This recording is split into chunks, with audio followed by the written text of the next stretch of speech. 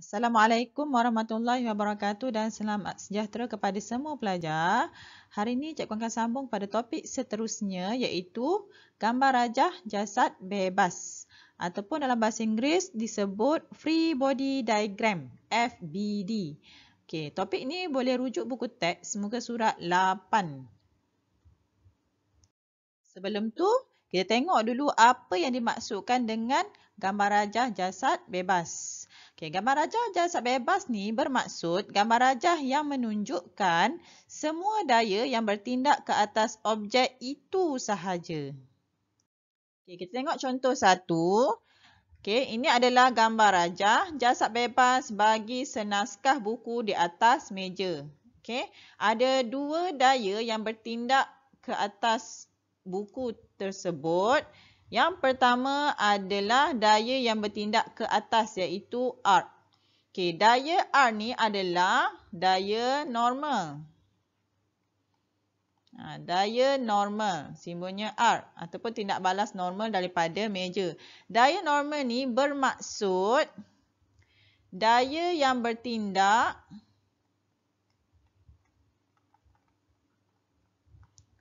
secara serenjang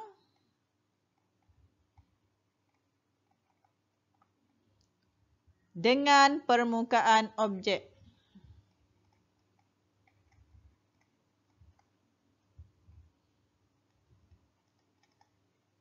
Okey, ini adalah permukaan meja. Okey, yang mengufuk ni permukaan meja. So, daya normal ni bertindak secara serenjang. Serenjang tu maksudnya 90 darjah ke atas.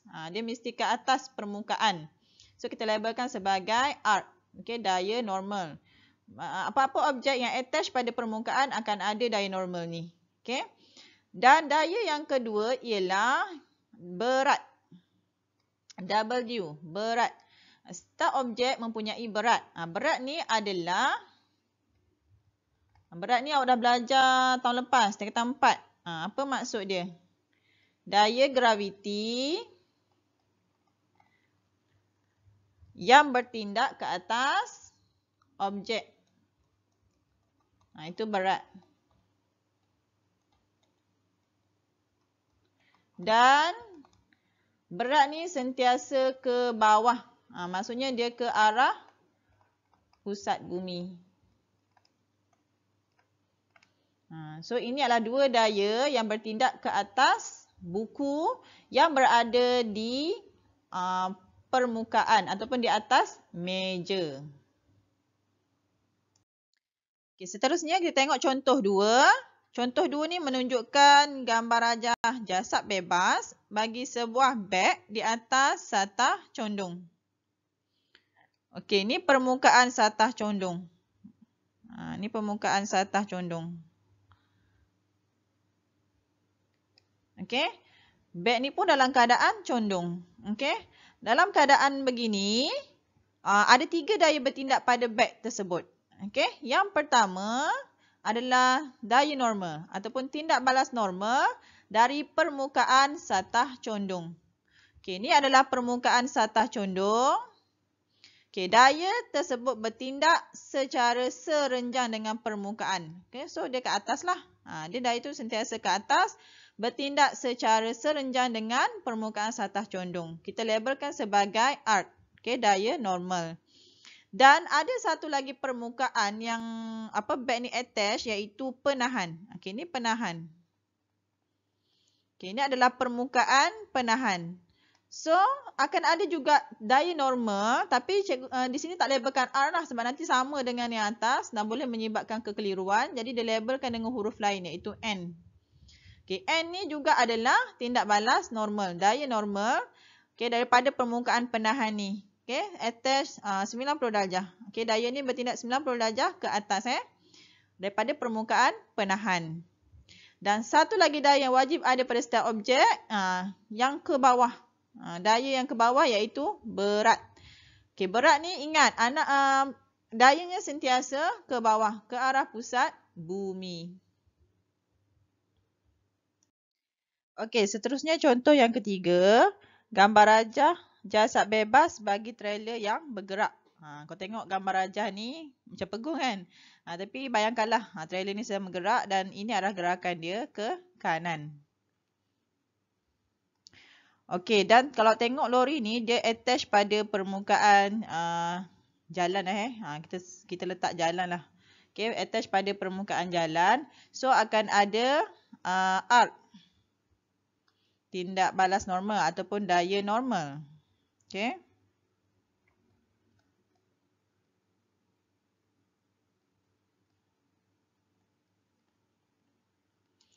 Manakala objek ni juga mempunyai berat. Berat dayanya ke bawah. Okey, W. Berat. Dan disebabkan objek ni sedang bergerak, okey, akan ada dua lagi pertambahan daya iaitu daya tarikan. Okey, ni daya tarikan. Letaklah sebagai FT. Sebab daya tarikan.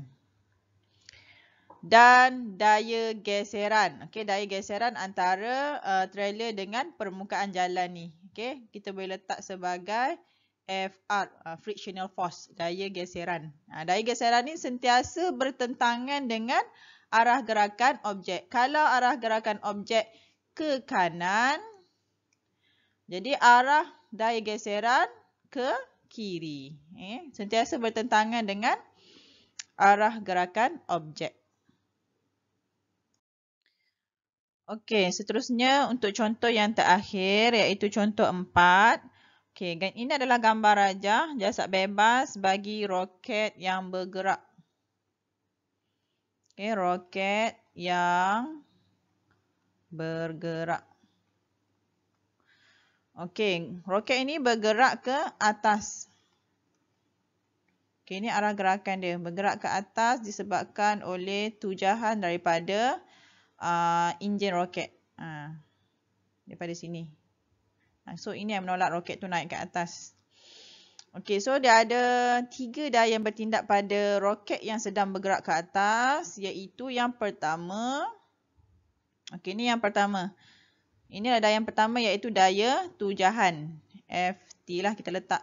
Okey. Di mana daya ini datangnya daripada tujahan enjin roket. Jadi roket tu akan bergerak naik ke atas.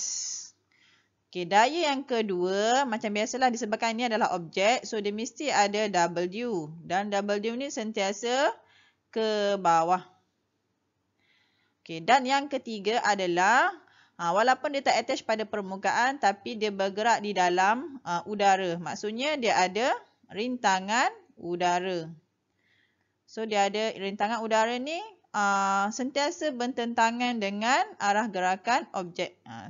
Kalau arah gerakan dia ke atas, maksudnya rintangan udara ni bertindak ke bawah. Kita boleh labelkan dia sebagai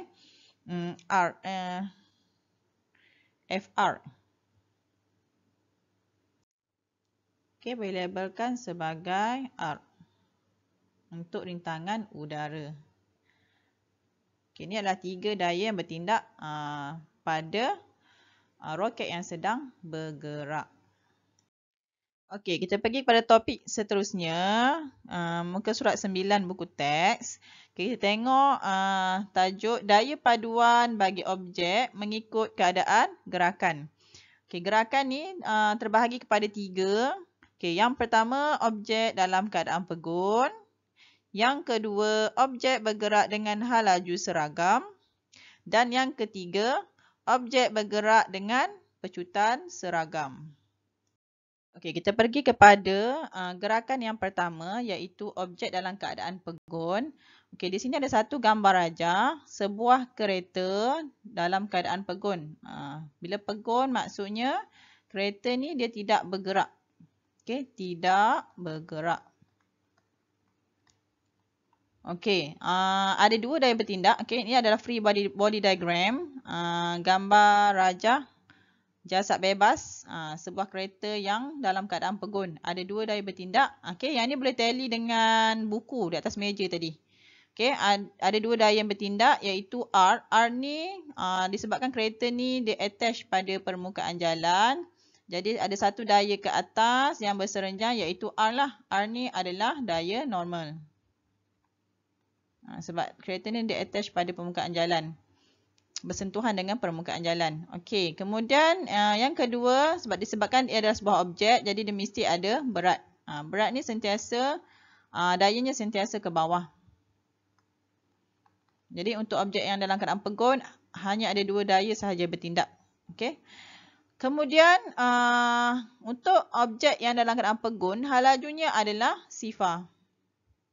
Tak ada halaju. Bila tak bergerak maksudnya tak ada halaju. Tiada halaju. Okay, bila halajunya sifar, maka pecutan dia juga adalah sifar. Sebab pecutan ni hasilnya daripada perubahan halaju, kadar perubahan halaju. Kalau pada formula tu, A V tolak U per T kan. Jadi V tolak U ni adalah perubahan halaju. Okey, perubahan halaju. Disebabkan halajunya sifar, so dia akan jadi macam ni lah, sifar per T. Kalau sifar bahagi T, akan dapat sifar MS negatif 2. Sebab itulah pecutan juga adalah sifar. Okey, kemudian daya paduan untuk objek dalam keadaan pegun juga adalah sifar. Kerana apa? Kerana bila objek dalam keadaan pegun ni, dia sebenarnya berada dalam daya yang seimbang. Daya yang seimbang tu maksudnya, daya R ni sama nilainya dengan W. Contohlah kalau cikgu letak nilai kat sini. Kereta biasanya berapa kilogram 3,000 kilogram. Contohlah 3,000 kilogram. Kalau tukar pada Newton darab 10, 30,000 Newton. So nilai R pun 30,000 Newton juga. Dia sama nilainya. Okey. Kemudian daya paduan. Daya paduan ni dia adalah gabungan dua daya. Maksudnya hasil tambah dua daya yang ada lah. Okey, disebabkan weight ni bertentangan dengan R. Okey, hasil pertambahan dua daya kan. So dia akan jadi R tambah W lah. Kemudian R tu ke atas. Kalau ke atas dia positif kan. Okey, 30,000. Dan W ni ke bawah. Ke bawah tu negatif tambah negatif 30,000. Okey. So, tambah dengan tolak dia akan jadi tolak. 30,000 tolak 30,000. Jadi jawapannya adalah 0 Newton. Daya paduannya sifar. Ataupun dikenali juga sebagai daya bersih. Kalau soalan exam dia sebut daya bersih, maksudnya daya paduan juga. Okey, jadi daya paduannya adalah sifar. Dan objek ni berada dalam keadaan seimbang. Daya seimbang. Okey, seterusnya untuk gerakan yang kedua ialah objek yang bergerak dengan halaju seragam. Okey. Ini adalah sebuah kereta yang sedang bergerak. Okey, nampak pegun tapi bayangkanlah kereta ini sedang bergerak dan arah gerakan dia ke kanan. Okey, anak panah ni menunjukkan daya-daya yang bertindak pada objek yang sedang bergerak. Ini boleh talikan dengan trailer tadi. Ada 4 daya yang bertindak iaitu R. Okey, sebab dia masih lagi bergerak di atas permukaan jalan raya. Okey, ada berat. Okey, ada daya T. Daya T ni adalah daya tujahan daripada enjin kereta. Menyebabkan kereta ni bergerak ke hadapan. Dan juga ada daya seretan, FR. Ataupun daya geseran lah. Sebab dia bersentuhan dengan permukaan jalan. So dia akan ada daya seretan ataupun geseran. Okey, ni 4 daya yang bertindak pada kereta yang sedang bergerak. Okey, untuk halaju seragam ni maksudnya halaju dia mala. Mala tu maksudnya sama sepanjang pergerakan dia. Contohnya katakanlah halaju awal dia adalah 20 ms negatif 1. Selepas 20 saat, okey, halaju akhir dia masih lagi 20 ms negatif 1.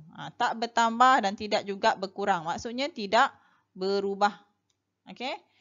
Itu untuk dia punya nilai halaju. Sentiasa sama sepanjang masa. Okey, apabila halaju dia sama, okey, maka pecutan dia adalah sifar. Yang ini berbalik kepada formula dia tadi. Macam mana dapat sifar ni? Okey, berbalik kepada formula yang tadi, A V tolak U per T kan? Kalau kita masuk nilai kat dalam formula ni, kita ambil nilai yang cikgu dah letak contoh kat sini. V dia 20. U 20. Jadi 20 tolak 20 per T masa 20 saat. Okey, 20 tolak 20. Awak akan dapat sifar. Okey, sifar per 20. Sifar bahagi 20. Jawapannya tetap sifar. Sifar MS negatif 2. Jadi pecutan dia adalah sifar. Disebabkan oleh tiada perubahan pada hal laju. Okey. Kemudian daya paduan. Okey, daya paduan juga adalah sifar. Kenapa sifar? Okey, untuk objek yang berada dalam hal laju seragam juga adalah berada dalam daya seimbang juga. Maksudnya daya dia sama. Atas dengan bawah dia sama. R sama dengan W. T sama dengan FR. Nilainya sama. Atas sama dengan yang bawah. Daya yang ke kanan sama dengan daya yang ke kiri. Okey? Dia mesti yang bertentangan dengan dia sahaja. Atas dengan bawah, kanan dengan kiri. Okey, daya dia sama. Contoh kita letaklah kita ambil lah yang ini contohnya. Okey, kita letak nilai T tu daya tujahan, kita letaklah nilai 40 Newton. Contoh daya geseran dia juga 40 Newton. So kalau kita guna formula daya paduan, ingat formula daya paduan ni adalah hasil tambah daya. Okey, so kita ada dua daya kat sini, T dengan FR kan. So T tambah FR. Okey, T dia ke kanan. Dia ke kanan, so dia positif. So 40 tambah FR ke kiri. Ke kiri negatif. Jadi negatif 40. Okey, jadi bila positif dengan negatif, dia akan jadi negatif. Tolak. 40 tolak 40 lah. So akan dapat sifar Newton. So daya bersih dia adalah sifar. Bila daya bersih sifar, maksudnya objek ni berada dalam keadaan seimbang. Daya yang seimbang. Okey, ini untuk gerakan yang terakhir, iaitu objek yang bergerak dengan pecutan seragam.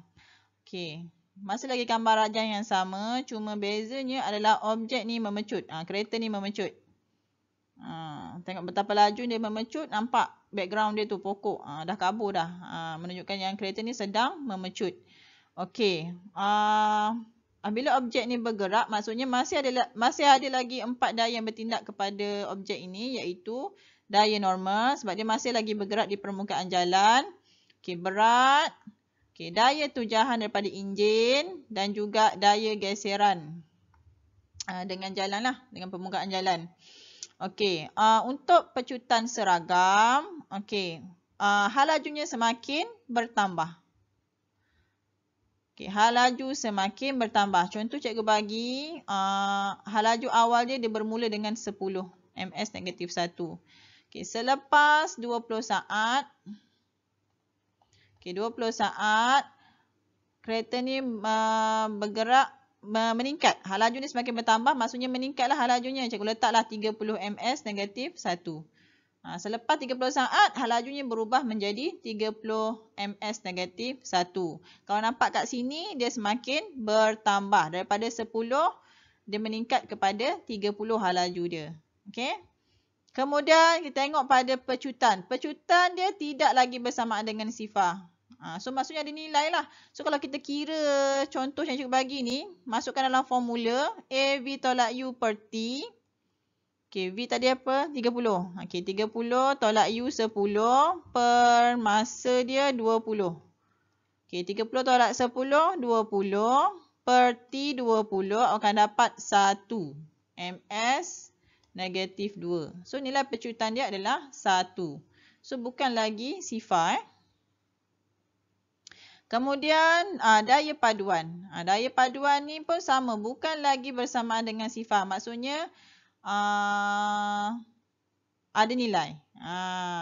Ini disebabkan oleh yang ni. Daya tujahan dia lebih besar daripada daya seretan. Bila daya tujahannya lebih besar daripada daya seretan, menyebabkan objek ni boleh memecut ke hadapan. Okey. So kita letak sama macam tadi. Kita letaklah T ni 50. Sebab nak lebih besar kan. Daripada daya seretan kan. Jadi kita letaklah T ni 50. Frictional force ni, daya seretan ni kita letaklah 30 Newton. Okey, 30 Newton. So daya paduan, ingat semula daya paduan adalah hasil tambah dua daya. Okey, F sama dengan T tambah FR. Okey, T dia ke kanan, jadi dia positif 50. Tambah, okey, FR dia ke kiri, jadi negatif 30. Awak akan dapat, tolaklah 50 tolak 30. Tu sama dengan yang ni. Sama dengan ni. F T tolak FR. Sebab yang ni lah. Yang ni tadi ni. Tambah darab tolak, dia akan jadi tolak. Dia akan jadi 50 tolak 30. Awak akan dapat daya paduannya 20 Newton. Jadi tidak lagi bersamaan dengan sifar. So kalau ikutkan objek yang bergerak dengan pecahan seragam ni, yang memecut, dayanya tidak seimbang. Sebab dia daya bersih dia ada nilai. Daya seimbang ni hanya untuk objek yang daya bersih dia sifar sahaja. Jadi objek gerakan yang ketiga ni, dayanya tidak seimbang. Okey, itu sahaja untuk topik hari ini. Cikgu harap penerangan cikgu hari ini memberi kefahaman yang baiklah kepada awak semua. Okey, terima kasih dan jumpa lagi. Assalamualaikum warahmatullahi wabarakatuh.